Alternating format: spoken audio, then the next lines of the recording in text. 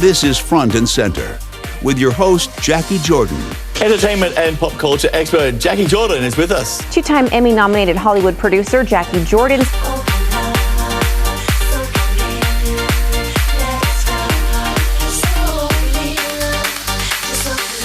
We are the show where we talk with the change agents, the storytellers, and the activators, making impact from behind the scenes. Welcome back to Front and Center. I'm Jacquie Jordan, and we are the show where the change agents, the storytellers, and the activators from behind the scenes making a difference join us now, Front and Center.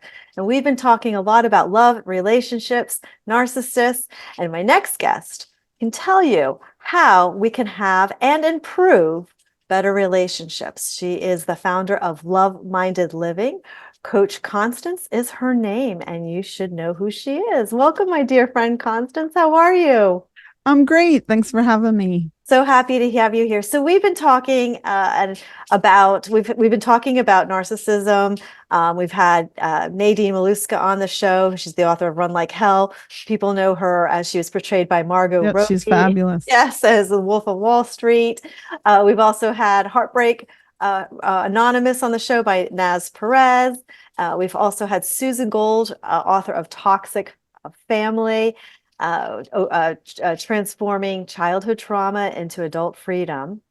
And then you inspire love. Everything about you is about love. But, people think that sometimes it's so hairy-fairy, but you actually have a real proven method to improving relationships and finding relationships. Yes. And a big part of that we go by is agreements. And it makes it a little more concrete for love and identifying it and seeing how you're participating in it. And it's finding out about the agreements between each other, the agreements you're making with yourself, and whether people are keeping those agreements with you. Are you keeping your agreements? And it makes it a little more concrete. One of my mentors, Dr. Pat Allen, said, the only way you know you love yourself or others are by the agreements you're willing to make and keep. It's a lot of clarity around the love. What is love? And I love him. I don't. Well, is he making and keeping agreements with you, or are you with him? That is so good. And there's so much relationship advice out there right now. I mean, it's a multi-billion-dollar industry, relationship advice. And I have followed your method because it's transactional communication. And obviously, my whole thing is communication, and you do it on an interpersonal level, but I've practiced it there, really practiced it there, but I've also had success with it professionally as well. Talk about how transactional communication plays into agreements. Okay. Transactional analysis was started by a man named Eric Berne, and he believed between two people, there's always a transaction happening. And some people might be familiar with the I'm okay, you're okay. He called it the okay corral. And it's basically life positions you take. You might come from I'm okay, they're okay, I'm not okay, they're not okay. And so it gets you thinking about yourself in the communication and how to communicate with each others and each other, how to communicate with each other.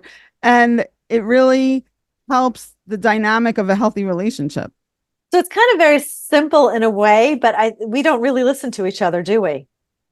Or we make a skill. Yeah. It's a skill, and it's a dying skill for some. Now that we're dealing a lot with AI and with screens and non-communication and being isolated, and what was that? What was the lockdown and the shelter in place and social distancing? Yeah. Social distancing. Yeah. So we gotta get back out there and start communicating with each other and looking each other in the eyes and talking to each other and listening. Yes. So taking this up from a level, because if we're talking about agreements and transactional languaging, we're also talking about, for women, being in our feminine, which is different than being a feminist. Can you share with us that practice? Well, this might be politically incorrect to say, but a lot of what's happening with feminists and the word feminist is it's been politicized and weaponized. And just because Masculinized. and masculinized for sure. And just because you're a woman doesn't mean you have to be a feminist.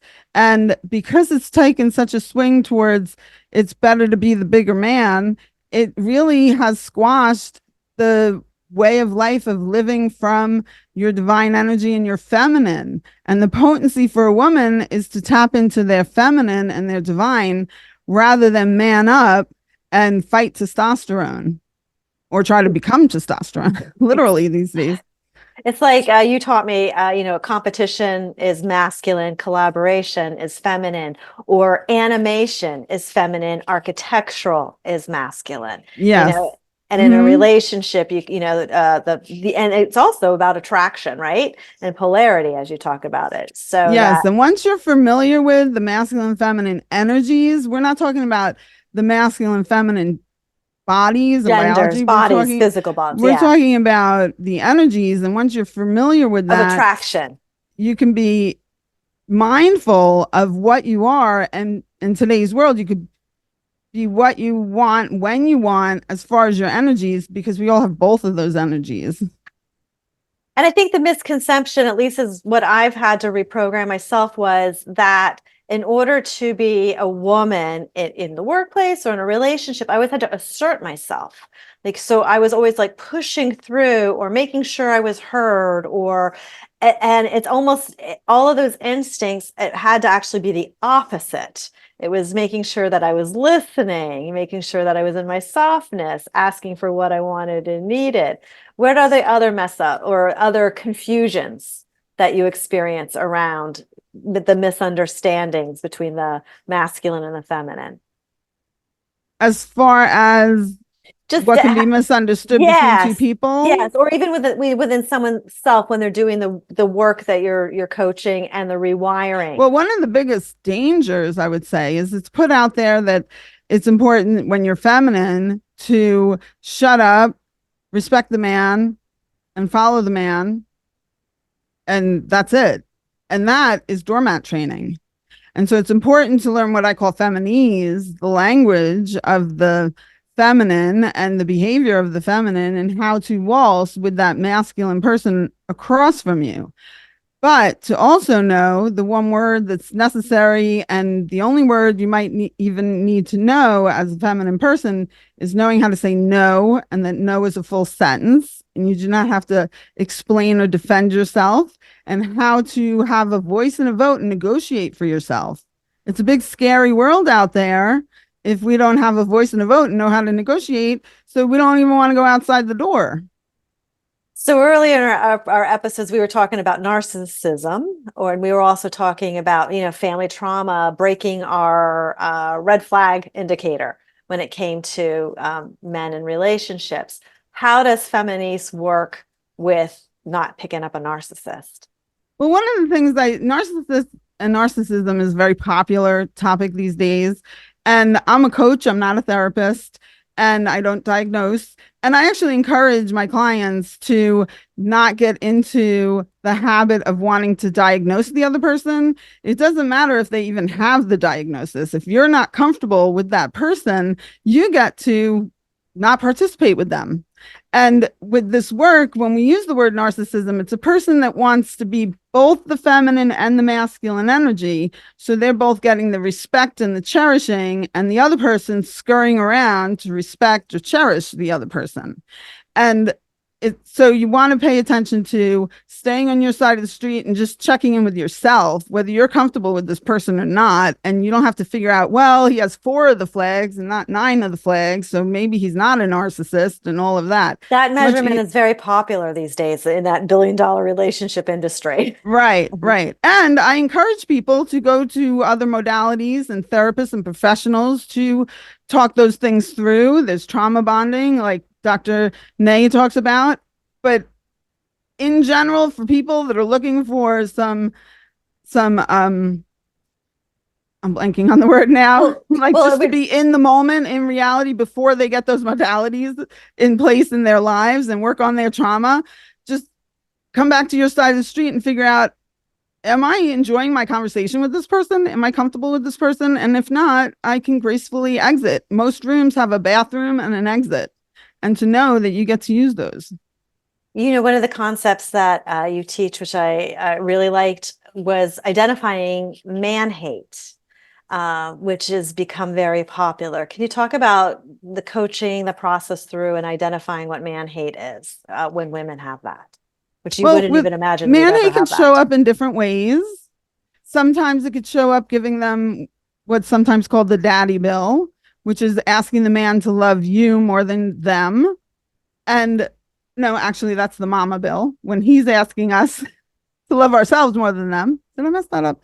With the daddy bill. Yeah, the daddy bill is we're asking them to love us more than them. And that can come from a place of man hate.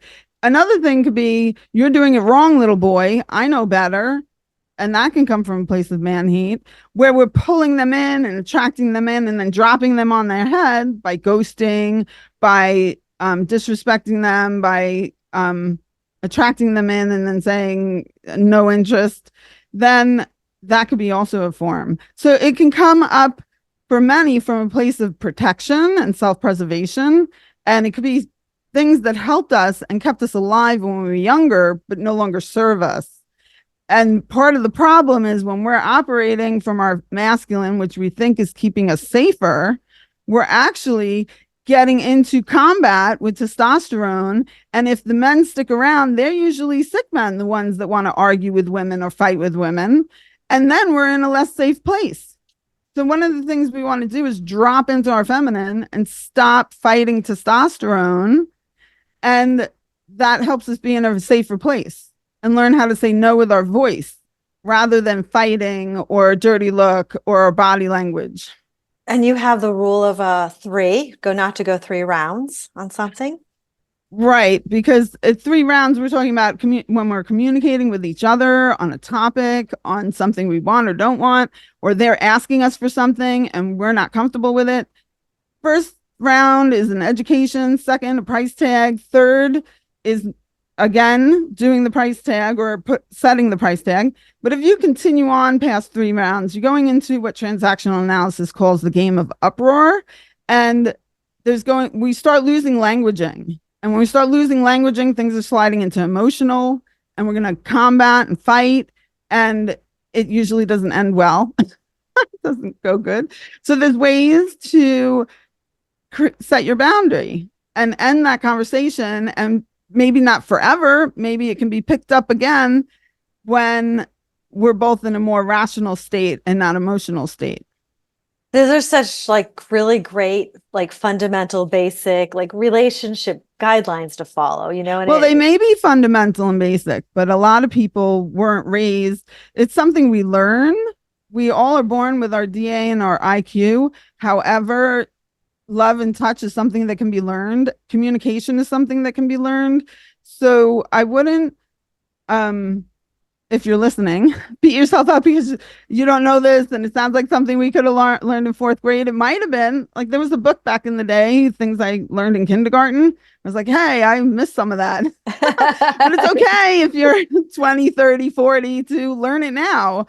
And that until we learn it, we don't know it. And I'm a forever student for life and just keep processing and learning. And if you're getting something new, a new lesson, then that's great because you're learning something new. If you're repeating the lesson over and over and over, then you're not getting the lesson.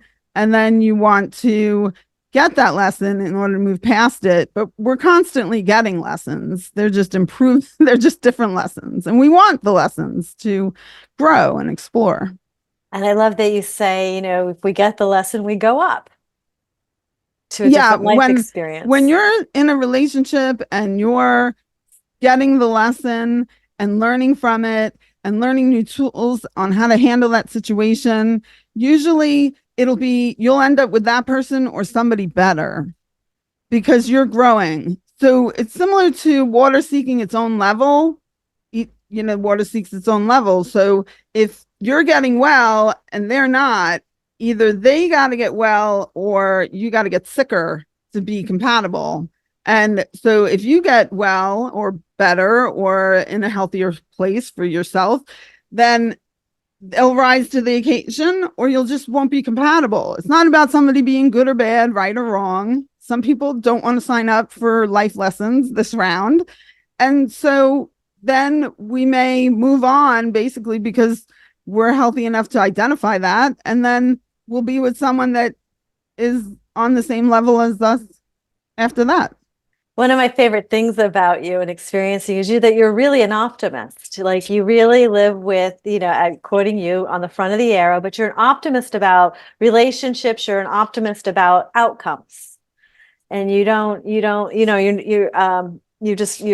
really see that anything's possible if we're willing to learn and practice that. Yeah, that comes from actually living it. So I came from this place in my 20s where I had that man hate. I had that fear of the world. I had that not wanting to interact with anyone. I had that abusive relationship when I was 19. And it's funny, Dr. Nay's book is Run Like hell. Fast, Run like hell. Well, that's one of the things I did when I was 19 to get out of that relationship. I ran like hell, but then I kept running and I kept running, and I was running from myself and I was running from everybody else. And so then when I started to do some personal growth and stop running and started connecting with myself and started in little increments using healthier tools to interact with humans, funny enough, the humans got healthier, but really I was the one that had changed and knew how to discern better who was in my life. And they became healthier as a result because I was no longer accepting the dysfunction and what was unhealthy. Oh my goodness. I have to say, I think I'm the luckiest person in the world because I've just got the most amazing women surrounding me, and you are definitely one of them. And I've learned and grown so much from you. And I'm very grateful for you as well. Thank you. Thank you. And then you have your community, Love Minded Living. I do. And you do your Tuesday weekly calls, because that's something that anybody who finds us, listens to us, sees us, watches us can join in on your Yes, every Tuesday call. morning I do a conference call that everyone is welcome on. And you can find me on Instagram and DM me if you want that information. More than welcome to. I will get back to you on that. And we have a Tuesday group within the community, a Tuesday night group. If you want some more private, what I call the love seed, go in the love seed and receive some love and process some love and grow in love. And I also have a website, coachconstance.love. And you can find, actually on that, you're welcome to sign up for a 15-minute relationship strategy session on there as well. That is a gift to you if you're a first time client of mine or customer of mine, or whatever words you want to use. If that's your first time encountering me, you're more than welcome to go to my website and sign up for a 15-minute relationship discovery strategy session. That's extremely generous and accessible of you. And you've got so much wisdom and practice and coaching. Well, I'm passionate about getting this information out there because for me, it was life or death. And for me, it was so profound. It changed my life. I left a career in the film industry to dive deeper in this work and study all the different modalities that were compatible to pass it on to others. And not just women, but for the most part, it's the women that gravitate towards it. And it really is rewarding to see people grow and flourish and be back out in the world and having fun dating and actually having good men. Men are built to give, protect, and cherish. And most men are healthy. And it's not about that toxic masculinity. And even if they have that, there's a way to sort and not play with those people. And then you have healthy men who want to protect, provide, and cherish you. And it makes life more fun. It's exhausting to be the biggest man in your life if you're not a man, first of all, but no judgment if you want to live life without masculine energy in your life or whatnot. That's all good too. You could just learn the skills of communication for negotiating for yourself and getting out in the world and having a voice and a vote. And so like what translates from what you do is you help women also have a bigger life. Yes, receive a bigger life. Get out there and again, it's something I teach what I most need to learn. As you know, I've struggled with yes. putting myself out there into the world. I've been this for over 17 years. I've been helping people with relationships, but at the same time, my Instagram and my social presence is not that strong because But I've your been word of mouth presence is doing huge. the referrals, word of mouth, and one-on-ones. And so now I'm working on getting everything out into the world and helping as many people as possible. And technology and the internet are unbelievable tools for that I don't want to miss out on.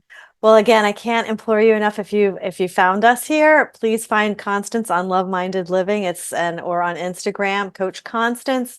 And Right, it's at Coach Constance on all the socials. yeah, it's Coach just Constance. fabulous. And again, I'm so blessed. And thank you so much for joining us. And if you want more information about Front and Center, you can subscribe to us or tag the notifications button at Rumble or YouTube or any place that you listen to your favorite podcast. Thank you so much. I'm Jacquie Jordan, and it's Front and Center.